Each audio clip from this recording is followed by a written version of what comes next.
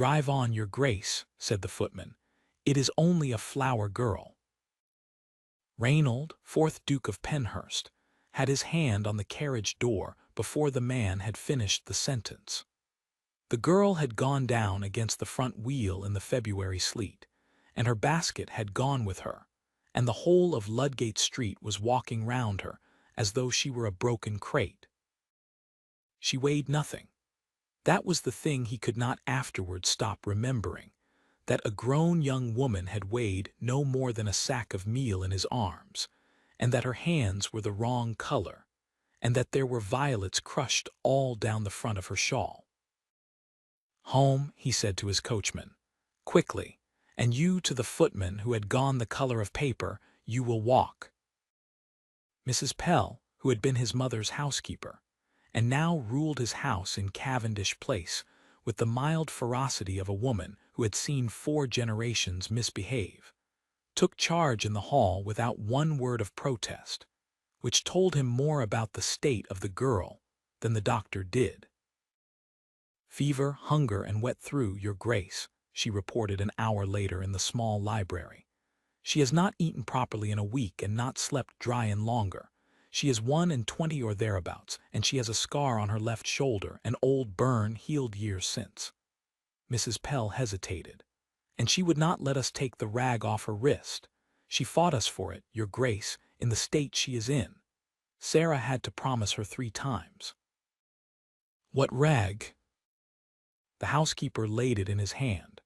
A strip of dirty flannel wound 6 times about, and inside it a bracelet. It was silver and small, made for a slender arm, with 3 coral beads and a flat oval clasp. On the clasp a swan had been engraved, wings lifted, and beneath the swan 4 letters. AVL. Round the inside of the band ran a line of script, worn nearly smooth by 12 years of flannel, and Reynold did not need to read it, because he had watched it being cut. He sat down. He was 11 years old, in the yellow drawing-room at Penhurst, and his mother was on her knees on the carpet in front of a small girl in a white frock. The girl was 8 and furious about something, and his mother was laughing at her, and the silver went round the little wrist, and the clasp was pressed shut, and his mother said, "There, now you are mine as well as theirs, and you will never take it off, and if ever you are in trouble anywhere in the world you will send it to me, and I shall come." Amable Vessilloin, his mother's goddaughter, lost with her mother and her mother's maid 12 years ago when the Channel packet went down off the Dunmore sands in an October gale, along with 61 other souls, no bodies recovered from the forward part of the ship. Her father had died within the year. Her cousin, Mr. Osgood Thorne, had gone to law, produced a decree of presumed death, and taken Vesey Abbey, 11 farms, and 4,000 a year. His mother had never accepted it. For 6 years she had paid an attorney to advertise in the coastal towns. She had gone herself to Dunmore twice. She had written to workhouses. She had died in the spring of the 7th year, and one of the last things she said to him, quite lucidly, over her tea, was that the girl was alive somewhere, and that nobody in England could be troubled to look. "Mrs. Pell," said the Duke of Penhurst, "nobody leaves this house tonight, not a footman, not a boot boy. If one word of this reaches Osgood Thorne before I am ready, I shall know which mouth it came out of." She woke on the 3rd day, and the first thing she did was put her hand to her wrist. "It is on the table beside you," Reynold said, from the chair by the window. "In the light, so that you may see it without turning your head. Nobody in this house will touch it." She was very thin, and her eyes were too big, and she looked at him the way a cat looks at a room it has been carried into. "This is a gentleman's house." "It is mine." "Then I want my basket," she said, "and I want the door." "You shall have both, not today." He kept his voice level and his distance. "There is broth coming up, and my housekeeper will sit with you, and I will ask you 3 questions from this chair with the door standing open and Mrs. Pell in the passage. Your name?" Dulcie. Dulcie what? Dulcie nothing. She said it without self-pity as a fact of trade. Suki Vine took me off the wall at Dunmore when I was a mite and washed for the inn there, and she called me Dulcie because she liked the sound. She is dead now. 9 years I sold cresses and then flowers. There is no what. Dunmore, Reynold said, and heard his own voice go strange. I know it is a low place. I have not been there since I was little. And the bracelet. Her chin came up. In a face that starved and a bed that was not hers, in a borrowed nightgown of Mrs. Pell's, she managed it beautifully. The bracelet is mine, and I never stole it, whatever your man in the street thinks. I could have sold it 40 times. I have sat in a doorway at Christmas with my feet blue, and the pawnbroker's shutter 12 steps off, and I did not sell it. And if you mean to take it from me, you may as well tell me now and be quick. Why did you not sell it? For the first time, something in her wavered. Because a lady put it on me, she said. I do not remember her face. I remember she was kneeling down on the floor, which grand people do not do, and she said I was hers as well as theirs. It is the only thing anybody ever said to me that I did not have to earn. She looked away at the window. I know how it sounds. Reynold got up and walked to the door, because if he had stayed in the chair he would have disgraced himself, and dukes did not weep in front of flower girls. Miss Dulcie, he said, when he could, eat your broth. There is a man of business coming tomorrow, and after that a very old woman who used to be a nurse, and I am going to ask you to be patient with both of them, and to trust nothing I say until they have said it too. Why? Because the lady who knelt on the floor, said the Duke of Penhurst, was my mother, and she spent the last 6 years of her life looking for you. The goldsmith's house in Bath had kept its ledgers since 1774. The entry was there, in a clerk's brown ink, a bracelet, silver, 3 coral, swan crest and cipher AVL. Inscription within, ordered by the Duchess of Penhurst, delivered the 11th of July. The inscription was recorded in the margin in full, for Amable from her godmother, who will always come. Old Nurse Hebden was 81 and blind in one eye, and had to be brought up from Somerset in easy stages. She sat in the morning room with Dulcie's hand in both of hers for a long time, and asked her to turn her left shoulder to the window, and touched the old burn scar with one finger. Nursery fender, she said. August, the year of the comet. She went over the top of it after a kitten, and I was beat for it.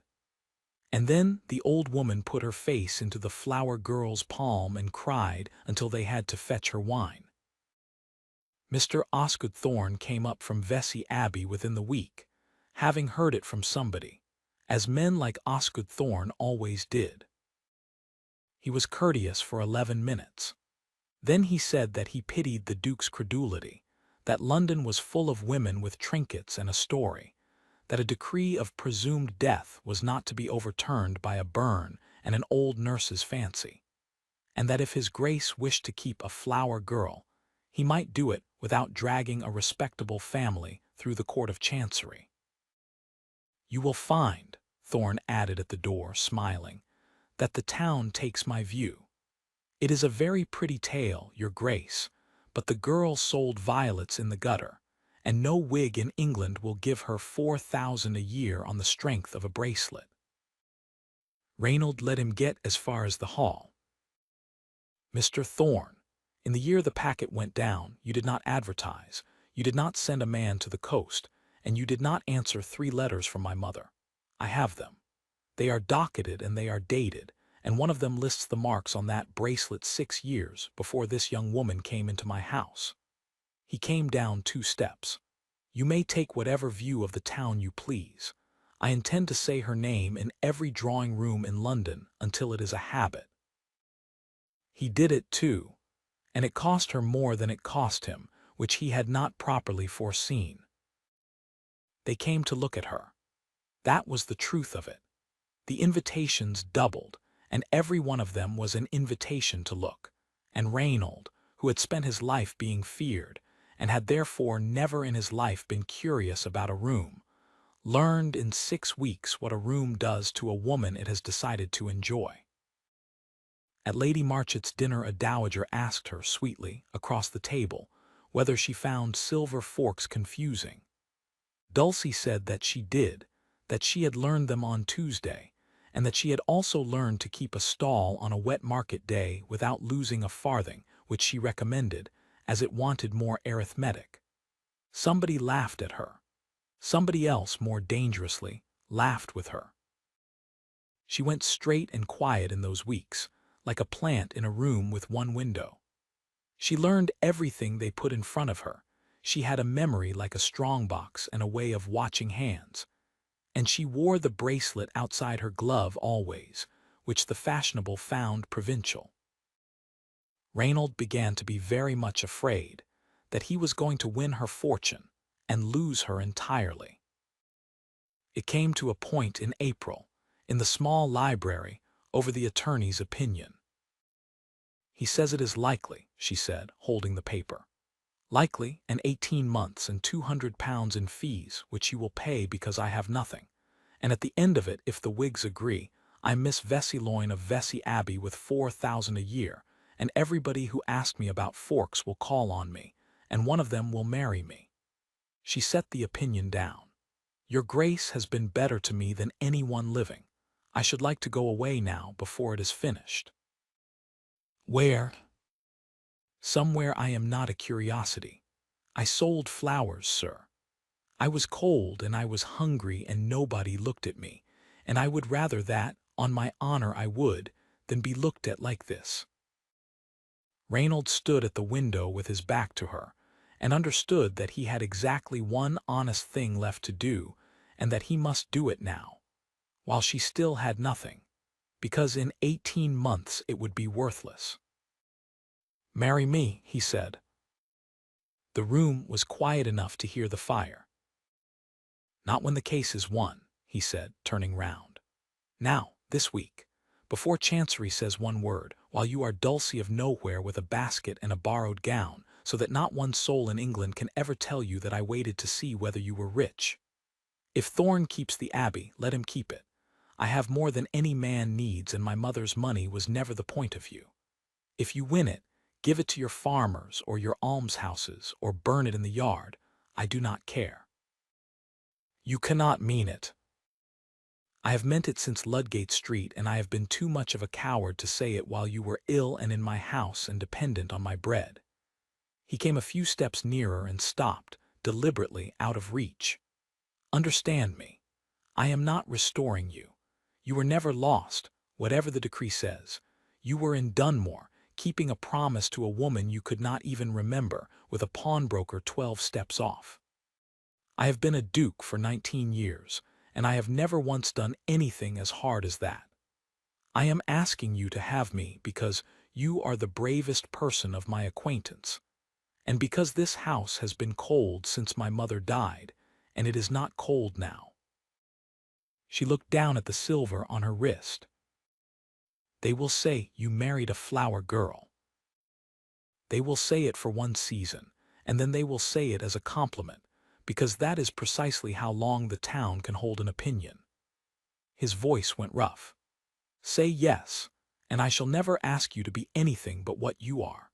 Say no, and there will be a house at Penhurst in your name and 100 a year and my carriage at your door whenever you want it, and I shall never trouble you again." Dulcie put her hand out, thin and brown and scarred at the knuckle from 9 winters of cold water, and the Duke of Penhurst took it in both of his and held it against his coat. "Then somebody had better tell your housekeeper," she said, "that I still cannot do the forks." They were married quietly in May, at St. Bride's, with Mrs. Pell weeping into a black bonnet, and old Nurse Hebden carried up the aisle in a chair like a relic. The bride wore ivory silk and a silver bracelet with 3 coral beads outside her glove, and the swan on the clasp had been polished for the first time in 12 years, and the letters cut inside it were read aloud by the bridegroom before the ceremony to the two witnesses, in a voice not quite under his control. Chancery took 14 months. It found for her, on the goldsmith's ledger, the nurse's oath, and 3 unanswered letters in a dead duchess's hand. Osgood Thorne left for the continent and was not much missed. The Duchess of Penhurst gave the Abbey farms new roofs and put the rest into a foundation at Dunmore, a school, a wash-house, and beds for the women who sold cresses on the wall.